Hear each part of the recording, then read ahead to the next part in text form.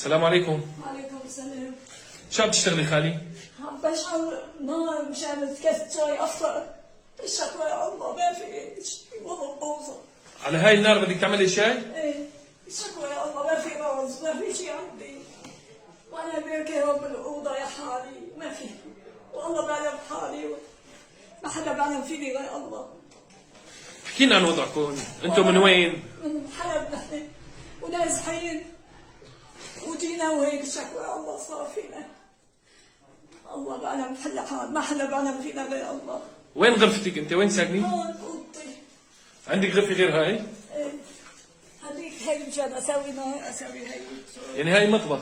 ايه هاي هون اوضه بنام فيها.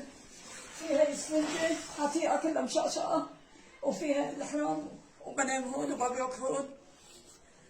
وين الصوبة؟ ما ركبتوا صوبة؟ ما في صوبه ما في شيء. ما عندنا صوبه وباب والله ما في باب دول حرام. وبدخل من فوق هواء ومن تحت هواء وحرامين ما في عندي غيره. طيب انت وضعك احكي لنا عن صحتك. والله مريضة. الشكوى الله معي التهاب عصبات ومعي التهاب مفاصل والقلب وعيوني كمان بدي عملية مي بيضاء على عيني. الشكوى يا الله الله بعلم بالحال ما حدا بعلم فيني غير الله. وأنا أملي ومالي غير الله وعين غير الله. الله بعلم وموصى وما في شيء ألبس ما في شيء.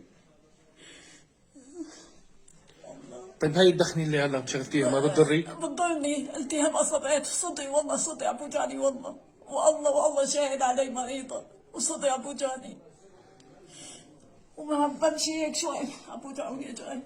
يعني هلا هاي غرفة اللي بتنامي بيها؟ ايه هي وهاي هاي بسوي النار بسوي شوي عليها بسخن مي مشان اتوضا مشان اصلي بسخن مي عليها. يا ربي ايش بطلع منين؟ الحمد لله رب العالمين على كل حال واحسن حال. انا ولدنا باب ما في باب ولا في شيء.